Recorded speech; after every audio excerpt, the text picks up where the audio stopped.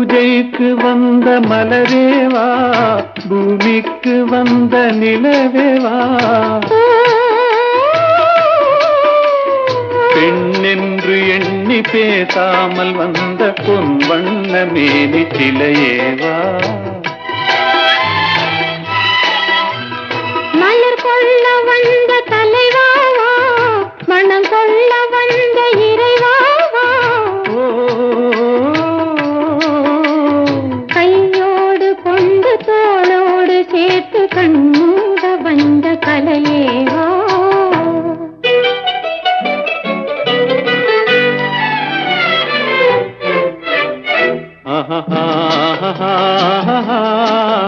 ஓ